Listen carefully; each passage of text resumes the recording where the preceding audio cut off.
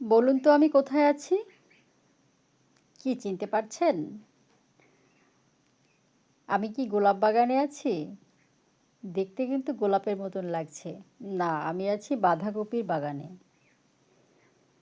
প্রচুর পরিমাণে বাঁধাকপি ফুটে আছে, অসংখ্য পরিমাণে। যতদূর চোখ যায় ততদূর শুধু বাঁধাকপি আর বাঁধাকপি। দেখতে কিন্তু চমৎকার লাগছে।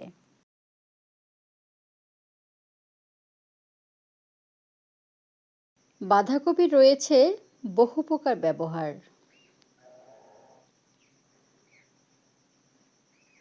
সব ধরনের রেস্টুরেন্টে বা কেএফসিতে বাঁধাকপি কুচি করে সেটা দিয়ে সালাদ তৈরি করা হয় এবং সেটা কাঁচাই খাওয়া হয় এবং সব ধরনের তরকারির সাথে কিন্তু বাঁধাকপিটা খুব ভালো যায়। বাঁধাকপিতে আছে ভীষণ স্বাস্থ্য উপকারিতা। রূপচর্চায়ও কিন্তু বাঁধাকপি ভীষণ উপকারী। বাঁধাকপি আলসার প্রতিরোধে বিশেষভাবে সহায়ক। চুলের জন্য বাঁধাকপি খুব ভালো কাজ করে। হজমও সাহায্য করে এবং কোষ্ঠকাঠিন্য দূর করে। বাঁধাকপিতে প্রচুর পরিমাণ আয়রন রয়েছে, চোখ ও ত্বকের সুরক্ষায় অত্যন্ত কার্যকারী। বাঁধাকপি হাড় ভালো রাখতে সহায়তা করে, ওজন কমাতে সাহায্য করে, রোগ প্রতিরোধ ক্ষমতা বাড়ায়, কিডনি সমস্যা প্রতিরোধ করে, শরীরে টক্সিন দূর করে। বাঁধাকপি স্বাস্থ্যের জন্য অত্যন্ত উপকারী।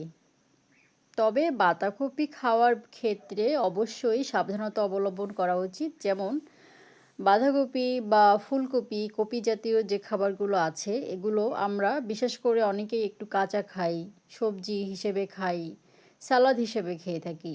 তবে এগুলো পরিষ্কার পরিচ্ছন্নভাবে পরিষ্কার করা, ভালো পরিষ্কার পানি দিয়ে ধোয়া এবং বিশেষভাবে সতর্ক থাকা। কারণ হচ্ছে বাঁধাকপি বা ফুলকপি এই জাতীয় কপিতে ফিতা কৃমির ডিম থাকে এবং এই সবজিতেই কিন্তু বিশেষ করে বেশি ধরনের পাওয়া যায় ফিতা কৃমির ডিম। তো এই ফিতা কৃমি যদি বাঁধাকপি বা এর সাহায্যে আমাদের পেটে প্রবেশ করে তবে কিন্তু আমরা অনেক ঝুঁকির মধ্যে পড়তে পারি। অতএব যে কোনো সবজি কাঁচা খাওয়ার আগে বা কাঁচা সালাদ করে খাওয়ার আগে অবশ্যই এটা পরিষ্কার পানি দিয়ে খুব সাবধানতার সাথে ধুতে হবে, তারপরে এটা খেতে হবে। অবশ্যই আমরা অসুস্থ হতে চাই না, খাবার খাই আমরা স্বাস্থ্য ভালো থাকার জন্য, তাই নয় কি? বাঁধাকপি তো তুলে নিয়ে আসলাম, বাঁধাকপির স্বাস্থ্য উপকারিতার কথা বলা হলো, সাবধানতা অবলম্বনের কথাও বলা হলো। তাহলে চলুন রেসিপিতে চলে যাই। আজকে আমি বাঁধাকপি ভাজি করব কুমড়ো বড়ি দিয়ে।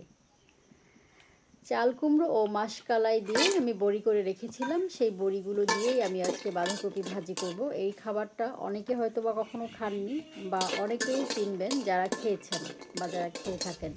খেতে কিন্তু অসাধারণ লাগে। তো সেই ক্ষেত্রে আমি বড়িগুলো সরিষার তেল দিয়ে কড়াইতে ভালো করে ভেজে নিলাম। বড়িগুলো ভাজা হয়ে গেছে, এখন আমি উঠিয়ে নিচ্ছি। এখানে আর একটু তেল দিয়ে নিচ্ছি। আমি বড়িগুলো সরিষার তেল দিয়ে ভেজেছিলাম।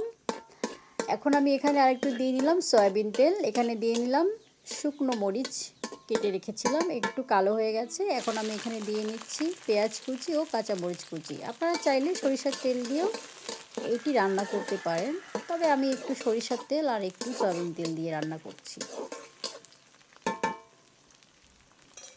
তো আমি নেড়ে চেড়ে পেঁয়াজগুলো একটু লাল করে নিচ্ছি, হালকাভাবে, হালকা ভেজে নিব, বেশি না।